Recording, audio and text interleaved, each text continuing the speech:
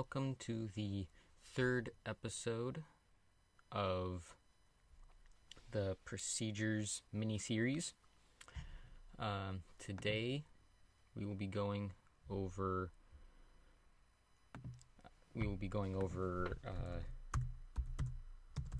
the template library. Now the template library has a bunch of procedure sets that will help you do things. Their names do tell you a lot of what they do, and like the first one adds achievement if player wears armor.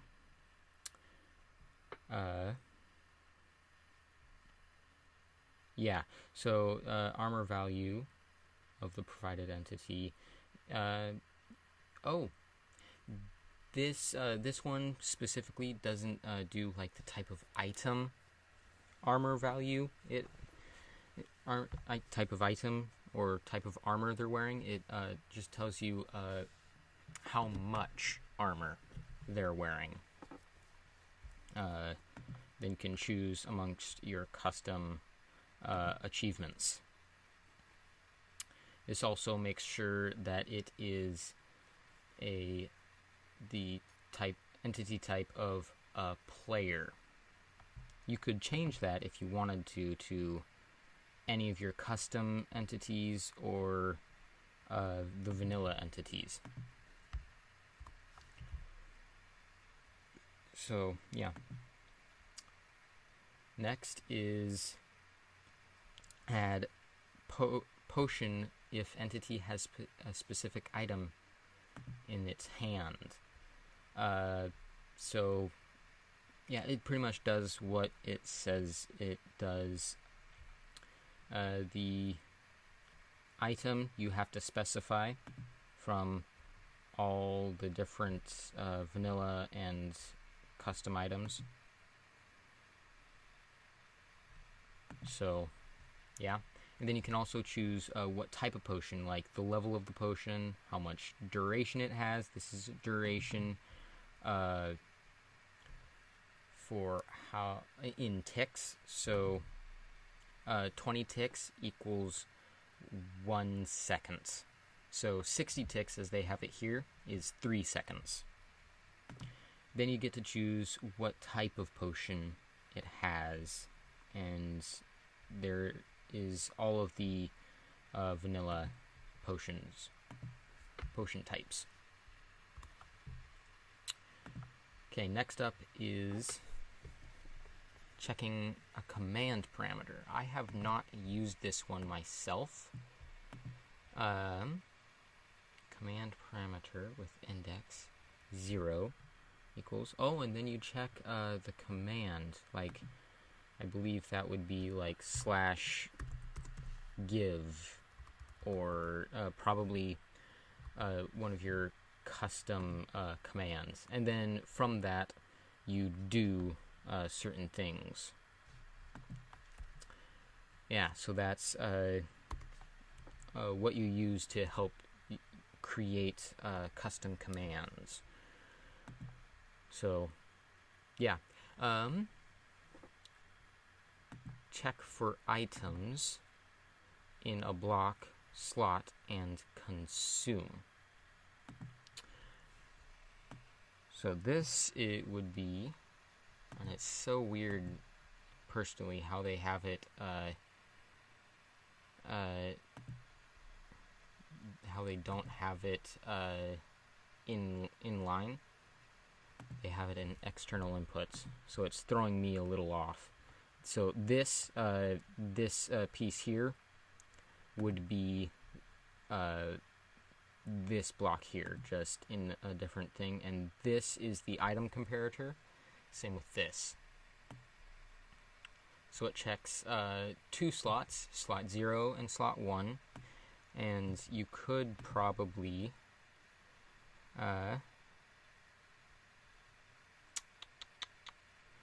you can't add more, but you could take this off and then put another and around everything, and that would just add how many slots you can do. But this is checking slot 0 and slot 1 of a certain item, and then it removes the item if both of those are there. And then I'd assume you can add, well, you can add it to do something else as well inside where these remove blocks are. To do that as well, because if you want it to remove the items, you're probably wanting it to add in another item. Say in slots 2 or whatever, slot with ID 2. Okay, that was a long one. That was check for items in a block. This is checking if a current entity is of type player. It's super simple, and you can do that. Next up, it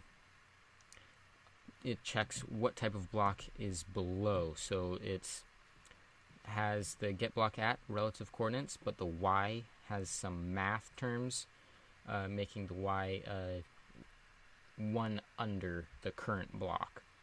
And then you choose what type of block that is, and then you can do whatever you want in there. Okay, compare two numbers. This is simple. You choose how you're wanting to compare, and then you put two numbers in there, and whether you get them from different areas or whatnot. I'm not sure if that'll be too helpful for a lot of people, but it does do some different things.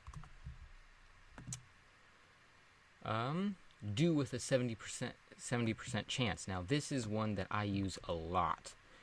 You can change the amount of percentage, like 0.7 is 70%, 0.5 is 50%, 0.25 is 25%, and then 0.1 is 10%, 0.01 is 1%.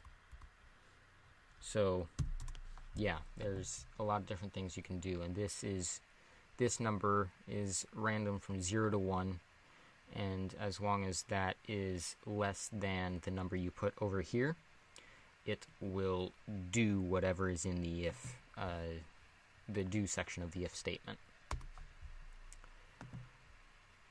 Okay, we have a lot to do. Oh, and I added in custom one, and I don't know if I'll go over that. Explode based on redstone power. Now, this is using the explode block from world management, and you can find that right here. They've pretty much replaced the 4 with getting at the indirect power of a block at the relative coordinates. So yeah. Next up is exploding if under sunlight. So that means getting the light level, and you can do 13, 15, 18, 333, whatever number you want over here. But if you go too high and it's the greater than and not less than, the thing will never explode. And again, you could, I believe, replace the explode this with the explode based on the redstone power. So yeah, these template libraries can do a lot of things by mixing and matching. Generate a number between 0 and 10. Oh, yeah, this is just multiplying the random 0 to 1 by 10 to get 0 to 10. You can do times 100 to get from 0 to 100.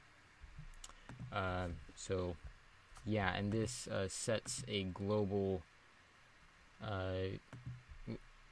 or you could add your own number variable,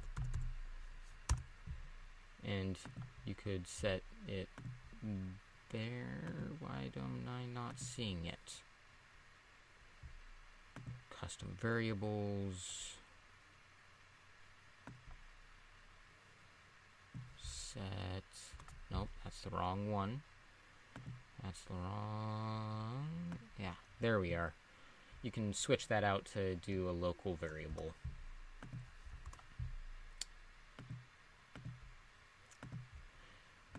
Okay. Next up is opening a GUI in creative mode only. You can check if a player is in creative mode, and it will open the GUI that you select. If you add, let's say, a not thing to that, and then put that there, it will only open the GUI if the player is not in creative mode. So there is that.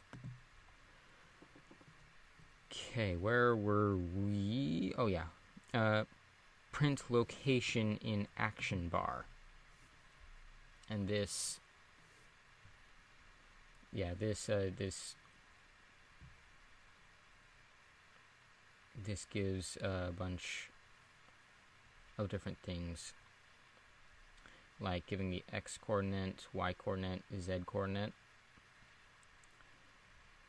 So yeah, and you can show an action bar, true, and you can do a bunch of other things with that as well. Okay, back up to the template library. You can send a chat based on GUI text field contents. Now, we haven't gone over GUIs quite yet, but this, the text field is, like, I believe if you typed in chat right there, it would be the chat. But you can also type in the name of a text field from a GUI, and it will do that, sending it to all players. Next up is spawning an entity on location from a command.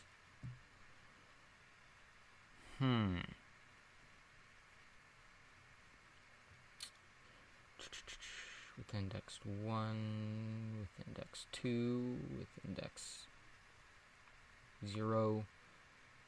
Yeah, this, this is based off of commands, and I'm not entirely sure what the index means in this case. Oh, right, that means having spaces in between each number. So,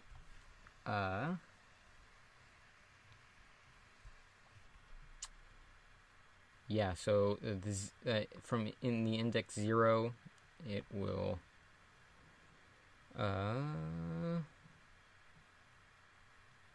oh, this is the x, y, and z coordinates. Hold on, this will be easier for me to view. Yeah, that is the coordinates. External inputs.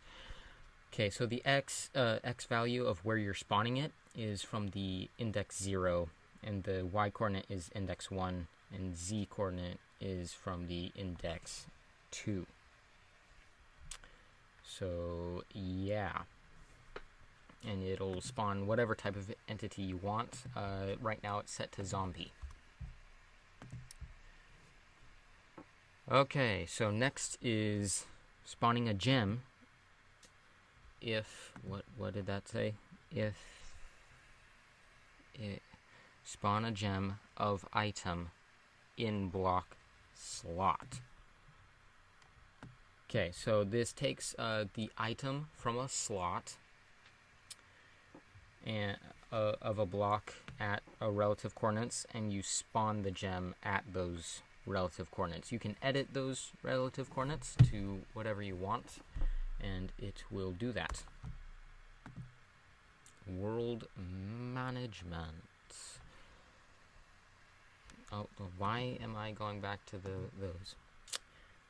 Anyway, so next up is spawning a gem. No, we just went over that. Okay, spawning a XP orbs based on height. I'm assuming that the height means the Y level. Repeat rounds divided by 2. Y level divided by 2. You're rounding. Yeah, this is based off of the Y coordinate. Like, if it's higher up, it will spawn this amount of XP orbs, your Y coordinate divided by 2. So say you were at the Y coordinate 256, you would, let me bring up a calculator real quick.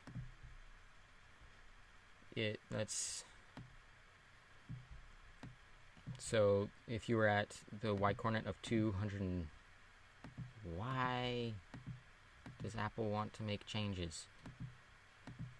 No.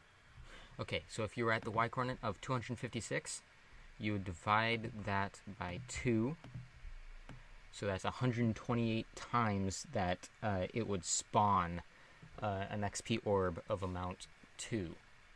So in essence, you're getting the Y coordinate amount of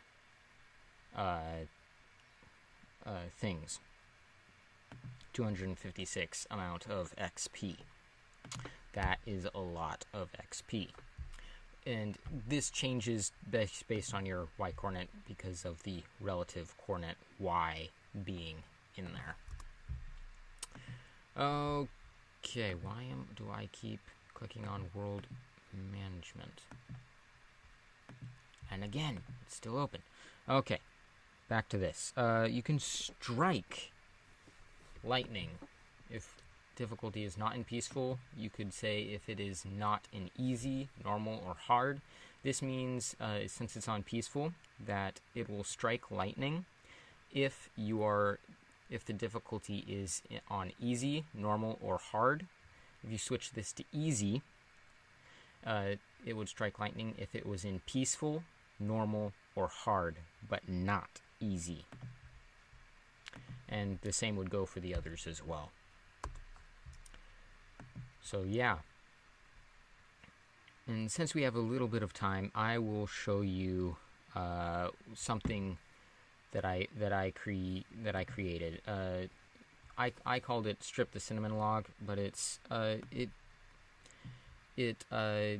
checks to see if any of these many items are in your main hand. And then if one of those is, it will place a block, spawn a gem, an item, and then else.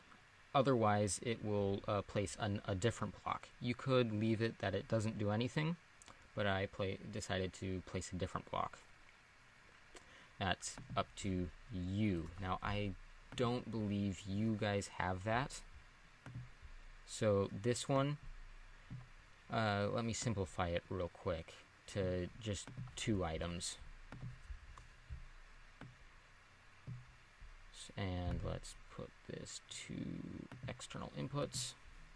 So pretty much you can copy what's on screen.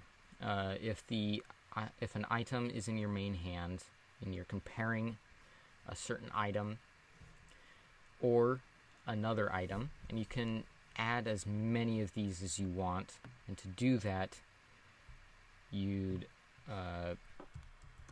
copy the first it, and then you want to get another or statement. Set of that to or, and then you just plop both of those in there. Let's turn this to external inputs, and you have an or statement with two or statements, meaning you could be any of the 4 items. If these were different, it would be 4 items. If they're the same, 3 items. And you can mix and match, because this or statement doesn't have to be there. It could be 3 items, and it could look like that. And it'll do a bunch of different things. So that's that. Okay. And that is it for the procedures. If you have any specific type of procedure that you want to know how I did from my mod, The Traveler's Adventure, or you want to know if it's able to be done, leave a suggestion in the comments below. And if I get enough suggestions, I will pick a few of them, and I will create another episode based off of that. The next episode, I believe, will be GUIs. So subscribe for that.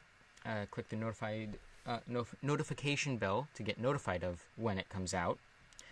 And like the video if you found it helpful. And yeah, I'll see you next time. This has been the User Bricks. I'll see you.